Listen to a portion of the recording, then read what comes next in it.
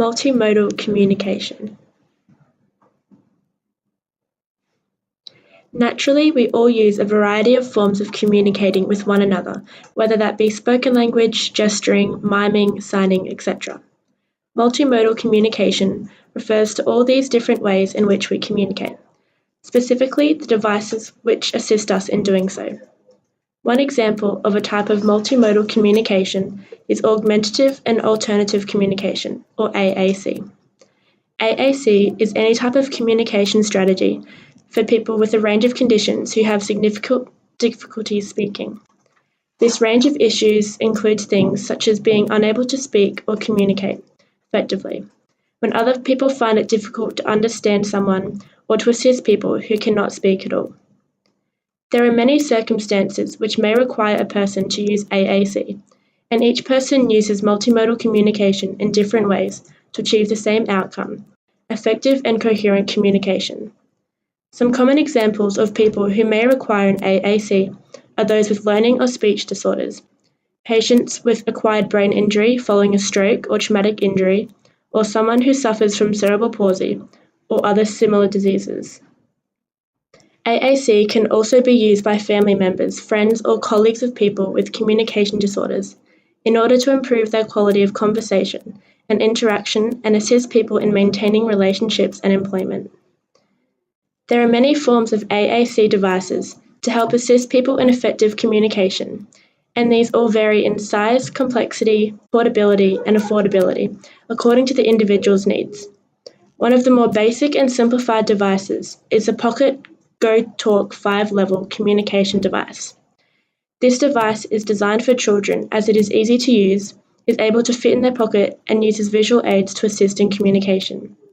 The device has 6 buttons which offer 5 messages each, combining to provide the user with a total of 30 possible expressions. While this may seem like a limited number of communication tools, for a child this is sufficient to get them through a typical day. These devices are mainly used by children or people with learning difficulties. Another device specifically for people with limited to no voluntary control of muscle movements is an assisted communication and writing tablet. This device uses the user's eye movements and blinking in order to select letters, which are arranged on a screen, positioned in front of the user's face. The letters are selected by blinking at the block with the desired letter and then looking at a block the same color as the letter. This is how the user creates words and consequently sentences in order to communicate more effectively. These devices are prevalent amongst people who suffer from conditions such as ASL, traumatic brain injuries, strokes, or any other condition that limits the voluntary use of their muscles. Is most common in the population of individuals with autism, Down syndrome, and cerebral palsy. In Australia, 215,000 Australians under the age of 65 with a disability require assistance with their communication. It is estimated that there are 1.1 million Australians with a communication disorder, that being 5% of the population. This is only an estimation due to the complexity of retrieving statistics on the prevalence of the number of Australians affected. Some populations, such as regional Indigenous populations, may not be accounted for. In the state of Victoria, it is predicted that 0.12% of the state's population are affected by complex communication problems, resulting in the individual requiring multimodal communication as a method of communication. Statistics show that caseloads in Australia are large and result in less appointment time being able to strengthen and commit to ongoing AAC communication. Therefore, implementation plans being lost or not being implemented. AAC is in high demand in all countries, and many individuals are in need of a communication device. In the UK, it is estimated that 536 people per 100,000 of the UK population are in need of an AAC to benefit their communication. Experiences of individuals who actively utilize the sophisticated AAC devices as their alternative method of communication. The contrast of lived experiences will be made between an individual who was born with cerebral palsy and used multimodal communication from birth in comparison to an individual who acquired motor neuron disease later in life and consequently adapted to using these AAC devices. Test who is one of the many individuals who communicate using an AAC device. He lived an all-round normal life, went to school, attended university, actively engaged his research and studies, walked, communicated, and thrived. At the age of 21, Hawking suddenly was diagnosed with amyotrophic lateral sclerosis, a type of motor neuron disease associated with the progressive loss of voluntary muscle control and eventual paralysis. This predicament that Hawking faced was accompanied with the gradual loss of voluntary movement as well as the complete loss of his speech abilities. His condition was progressively worsening over the years, and Professor Hawking had to learn to quickly adapt to the many changes of his daily life. Care Waddy. Care Waddy has cerebral palsy, frequent seizures, and cortical visual impairment, which has left him unable to verbally communicate on his own. For 12 years, Waddy was forced to use blinking as the only form of communication, where a blink would mean yes and no blink would be interpreted as no. Waddy was never able to receive a proper education or communicate with somebody else until he eventually signed up for the long waiting list for Augmentative and Alternative Communication, AAC.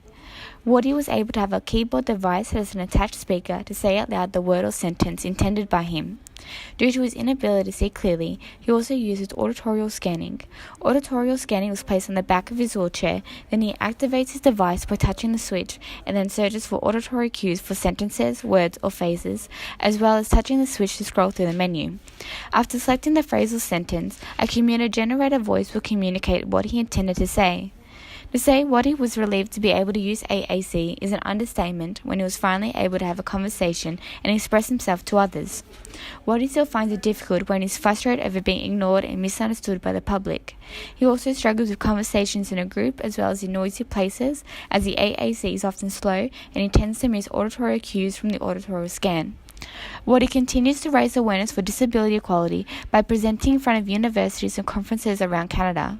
Waddy and his family's goal is to inspire and educate others about his life, AAC, inclusion, and human rights. Relatively quickly adapt and benefit from the device. Support systems. Hawking was dependent on his 24-hour nurse and his wife to get through the day-to-day struggles, and Waddy needs his mother to assist in his every need. They both had exceptionally supportive and caring relationships with their families that they depended on physically and emotionally. Stigma. They both experienced a hefty amount of social stigma surrounding their condition and their use of AAC. They were treated as inferior based on their need for machines. People often stared, ignored, and misunderstood them, which can devalue someone's self-esteem, which at times did for our case studies. Personal identity. The stigma, discrimination, and personal boundaries has taken a toll on their identities, as they are often seen as their condition, not as the person first. They have both expressed that the slow, robotic, computer-generated voice does not represent their own individualized personalities, which affects their own identity as a person. Personal achievements. Both let the AAC become their voice and follow their desires. Waddy became a presenter of his disability and human rights, whereas Hawkins is well known for his many achievements such as Hawking radiation, but also for his public awareness for people with disabilities. Differences in lived experiences. Adaptation. Hawkins lived a normal life until he lost his speech abilities at 43. He had to adapt to the many changes in his life, including the loss of his voice and individuality, and transitioned to become dependent on the AAC device to communicate.